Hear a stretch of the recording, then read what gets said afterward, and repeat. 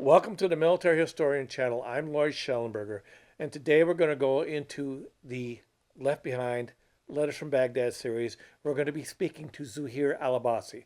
As a young man, Zuheer actually fought terrorists literally in Baghdad while escaping from Baghdad and came to America in March of 2005. His story is riveting, and his perspective on this tragedy is absolutely incredible. Take a listen. Welcome to the Military Historian Podcast. I'm Lloyd Schellenberger. I'm your host. Thank you for tuning in. Welcome. My name is Lloyd Schellenberger from the Military Historian channel, and I'm here with some very special guests, and we're covering Left Behind Letters from Baghdad, the book that's going to come out here very shortly. And the family of the subject matter in the book is actually here. And today I'm here with Zuheer al-Abbasi. And say hello. Hi, I'm Zuheer al-Abbasi. Well, we've been interviewing your families all day long, and actually probably until 7 o'clock tonight. And what people aren't aware of in this whole book series, and they shouldn't be until we tell them, is this is about your father who helped save a lot of American lives, and he helped the Americans in Iraq. Is that correct? Tell me about your father. My father was a great man. He didn't want to just help the Americans in Iraq. He wanted to help the innocent people in Iraq as well. And obviously with the war in Iraq, there was innocent people being killed that had no right to lose their life. So he wanted to help both sides, and all lives matter to him. It wasn't just that the American lives mattered to him. It was all lives mattered to him. So he worked tirelessly and endlessly, making sure that everybody was having an equal opportunity that was innocent in the war that took place in Iraq to be able to have a better life. He disagreed with the Saddam regime, and his name is Majid al-Abbasi. He disagreed with the Saddam regime and the murderous tendencies they seem to have. And ISS, he didn't. In fact, he was a target of the IS. The Iraqi secret police knew him well, and that's because he never backed down, did he? No, I think that speaks for his character as a person. When I say that he cared for all lives, that meant putting his life before others. And he was a very outspoken man. And so making sure that what Saddam's regime was doing, people knew that what he was doing is out there, and not shying away and being scared of the repercussion he would face from that regime. He spent 5 years in Abu Ghraib as a result of that, correct? Yeah. Do you remember any of that? I remember visiting him a couple times, I do, with my brother and my mother. So, yeah, not a place that a kid should go visit, No. if I'm being honest. I don't think a kid should ever go visit their father in a type of place like that. But he is your father at the end of the day, so you are happy to see him. Under those circumstances, you wish that you can do something to be able to get him out. But, yeah. Once he got out of Abu Ghraib, he met Rant and Shane Becker, soldiers from the 141st, in March of 2004, correct? Correct. At that particular point, there developed a friendship between each other. And tell us what happened beyond that. Yeah, I think the friendship grew when, I'll start in the back and say that at the time, between the Iraqi people and the U.S. people, you think that the U.S. military is foreign, right? Because they just came from another country, they're in war, and so we didn't know what to think of the American people. But Grant and Shane had helped my mother, who was sick, and that character spoke for everything for everyone in our household, to understand that these people never meant any harm, but that they were there to help us. So that friendship grew from the care that the U.S. soldiers showed my mother when she was really sick and wasn't able to get medication. What was she sick from, if you don't mind me asking? Just, I'm not even sure, to be honest But with she you. just needed medication. She did They need got it for her. medication. She did not only medication, she needed shots. She needed to be taken care of. My own father had to actually give her shots, so he couldn't take her to the doctor, being who he was.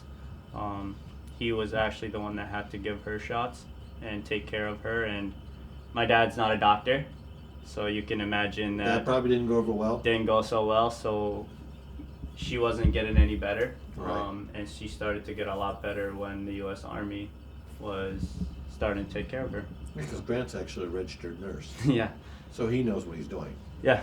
So Now, you were living up in Samara at the time, correct? yep. Tell me about growing up there. Really, if we must classify it as growing up right in the middle of the lion's den. You are right there. Everything that could be going wrong in the country is right in that area. Yeah, Samara was the most dangerous place to enter for anybody. So as a kid, to be living there and now to be standing here talking to you is a miracle within itself, because many people don't get out from that place. That is the lion's den. So the fact that I am here is a miracle within itself. But yeah, we grew up in the desert in Samara. We got very close as siblings. You don't trust nobody except your own siblings and your mother and father.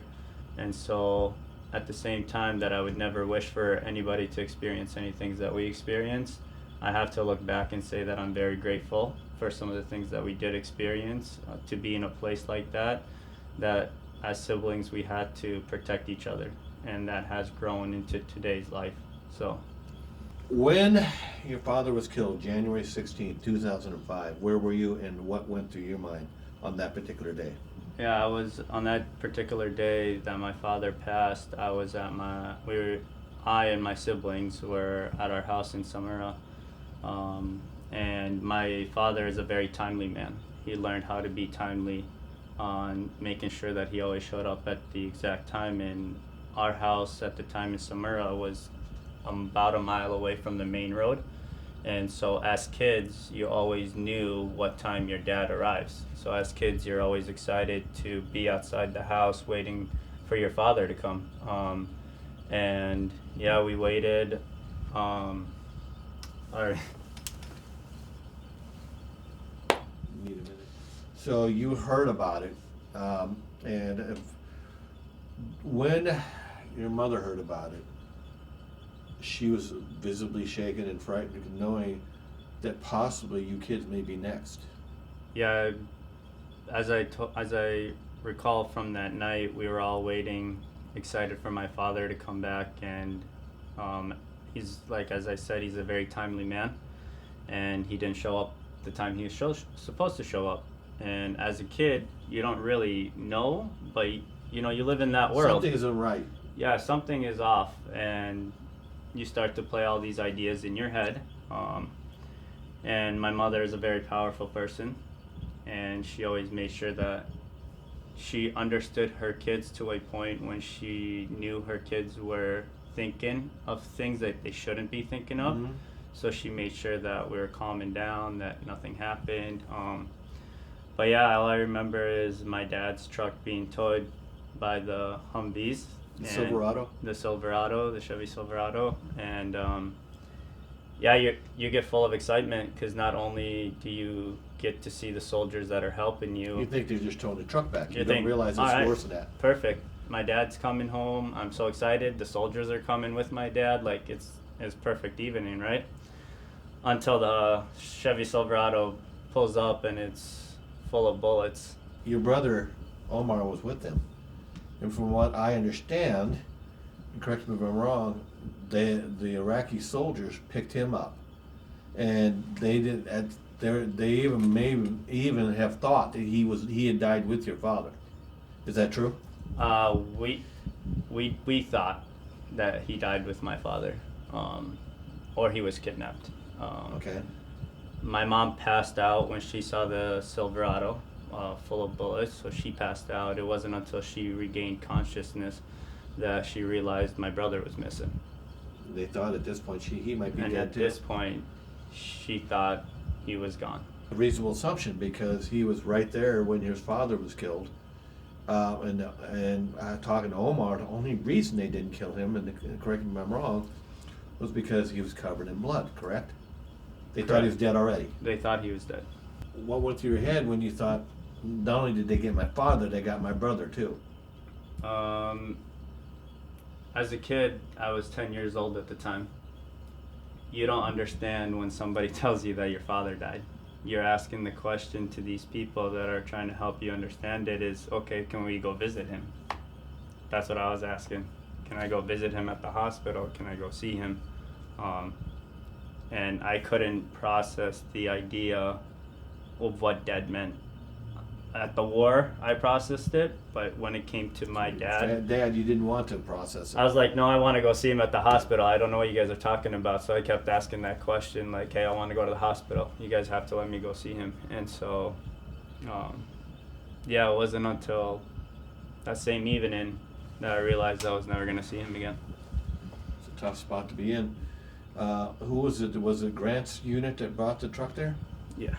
So was it Grant and them that showed up with the truck? It was Grant and Shane. And I remember when Shane pulled up and opened the door, my mom just Passed out. Yeah, she knew that not only did my dad pass away and that they were coming for us, but that it didn't matter because Shane opened the door first and they came first before the other people.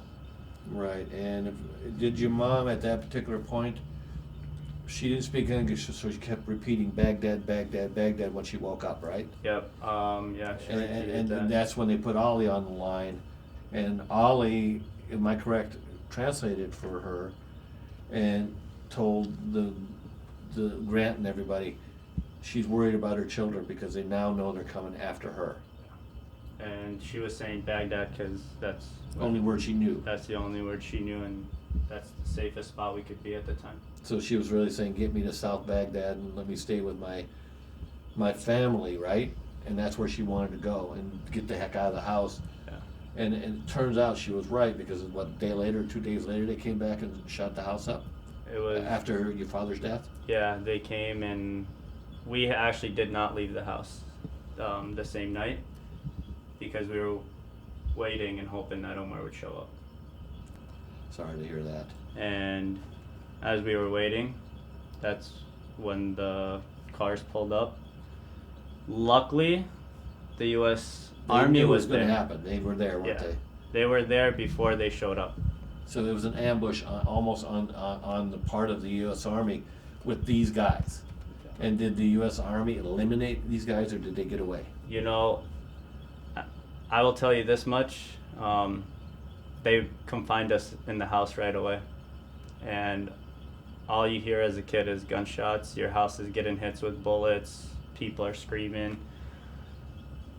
All I knew is the people that came in the house were not the people that came for us. So essentially, and it was Grant and all those people, right? Correct. So they must have figured, and they, correct me if I'm wrong at any point, they must have figured that an ambush on the family was imminent that night or the night after that. They waited and set themselves up so when these guys showed up, they had them. Yeah. And it's a good bet that none of them probably walked out. I will bet my whole life on it that none of those guys walked out of that Good battle. for that. I'm glad to hear that. So you knew that you couldn't stay there though after that specifically, because this probably wasn't going to be the last time they were going to do that. After that ambush, you knew you had to leave. What plan went into motion to make that happen? Because Omar was kidnapped by the uncle, what, a day later? Mm-hmm. There was no plan to leave. The plan, once we found out Omar was still alive, the plan was we're not leaving until we get our brother. Wow. And my mother was not leaving that house no matter what it meant until he came. And all they got was Omar. They didn't get the rest of you kids, right? Nope. Just Omar. Was she furious about this at the time? I mean, from my uncles, of course, Yeah. right? You don't know. You don't know. You never see it coming. You don't think it's going to be that. Not from your uncles. No. And then she went into South Baghdad and stayed there with her family. And what was that lockdown like for you guys? Because you guys couldn't go anywhere, correct?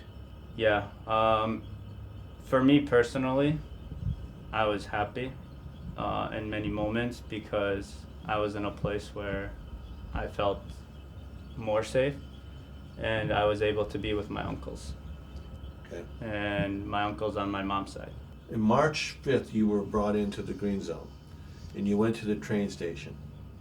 What do you remember about the train station? Because that in of itself was one of the biggest military operations they did during that time. They went in full bore and made sure that nobody got anywhere near you guys. Is that a correct assessment? Yeah, that's very correct, and that's underlining a lot of what happened, what those guys did, and how it was operated for us to even be getting into the Green Zone, and what they had to do to make it look like so that nobody can touch us. Right, because you went back in the restricted area of the Green Zone, correct? Correct. That restricted area wasn't even it wasn't even on limits to allow the soldiers, correct? Yeah. No. The Green Zone was the most secure spot in all of Iraq at the time. Yeah, and I was stationed out of there, by the way. Yeah. So I remember when they brought you in, pretty much it was a straight shot from the train station into there. As we talked about earlier, I said that there was one of the first times I had ever saw a convoy rush through, and there was nobody stopping it. And I was in amazement that there had to have been something there that was VIP, because this was not the normal function. Yeah. I as a kid, you don't understand it. When you get older, you understand that what your father did for the people, Right. that they did that in return. Mm-hmm. People can make promises, but actions always speak louder than Yes. words. Yes, they do. And those actions spoke all the words that they needed to ever speak. So with the train station, nobody ever knew. There was no words being spoken. Well, correct me if I'm wrong, but she wanted to go to Syria at the time, and was it her brother Ali that said, "Don't do it"? Because frankly, Syria was pro-Saddam at the time, and he was good friends with the Syrian leader. That would have not gone over well because of the pro-Saddam forces that had left Iraq and went to Syria. So he's the one that made the call, am I correct, to the State Department, said we cannot let this happen? Honestly, on this part of life, I do not I don't know either. I'm just curious. Yeah. Something went down that they all decided she was not going to Syria. You got to America, you got to New York. What was your opinion of America the first time you ever got to New York? You are in awe. You only see New York back home on TV. So you're in awe that you're in a place that you could only imagine seeing on TV. And when you see it on TV, you as a kid from a third world country, you have dreams. So the fact that I was in a limousine driving on the bridge through New York, looking at the Empire State Building and all that, you're just trying to take it all in of the fact that, am I dreaming or not? So you got a tour of New York in a limousine before you got on a private jet, by the way, to go back to North Dakota. That's a pretty good itinerary, if you ask me. I couldn't have ran a better one. What did you think of North Dakota when you got there? You know, I was very happy no matter where I went, as long as I left that place, knowing that the people that were after us couldn't reach us. And so I had to grow to learn to love Fargo, because I knew that that place is now my home. Right. You could never go back to Iraq, you knew it. Yeah. Have you ever been back to Iraq since then? I've not. I've had my siblings and mother go back. Is there a reason why you won't go back? It's a fear inside that my mother is a very powerful person that is trying to get us to break that fear, knowing that some people like that should not be able to have the power after already having the power to take our father away, to take the power away from us ever wanting to go back to where we belong and where we come from. So basically what you're saying is your mother rejects fear and intimidation as weapons. Yeah, my mother and father. Oh, your father definitely. Yeah. He lived that life. Yeah. But your mother too, because she is over there right now, and obviously none of this is going to get out until none of this is going to be published until she gets back. Are you happy now, where you're at in your life? I couldn't be more happy. What is it you hope to see or do or be? Where do you want to be in the next 5 years for you personally? A father. Wow. Family, kids? And your father taught you family is the most important thing, right? Oh, my mother and father, yeah. They received a lot of backlash for being together. Not only did they receive a lot of backlash, they fought for each other because they loved each other a lot. My mother took care of all her kids any way possible. I remember we lived on a month long of potatoes. I always make the joke that my mom is the best cook in the world because she's the only person I know that can make a recipe out of potatoes for a month long, and every single time you ate it was different than the last. Better than the last. Better than last every single time. That's pretty good. That's pretty good. Amazing.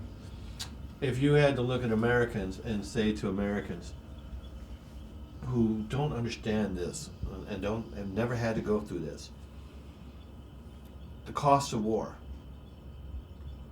What is the ultimate cost of war? And particularly for families like you. And what should they be wary of? Life or death. It's that simple. You either live or you die. And a lot of people didn't make it through, did they? Nope. Your father being one of them. Yep. And your father fought for everybody. I want to thank you for being here. And I want to say to you that I hope that you, April, Ezra, all of you, including Omar and everybody, Noir, all of you, have successful lives and happy lives. That's important. On that note, I'm going to go ahead and sign off. This is Lloyd Schellenberger for the Military Historian. We have been speaking to Zuheer Alabasi, and this has been the Left Behind Letters from Baghdad series, part 3. All right. So here's the deal. If you actually like and want to share these videos, I think you're supposed to hit the share and like button. Go ahead, hit it. I think that's what you're supposed to do, and share it with others. We've got more videos coming your way. Thank you for listening. Thank you for your time.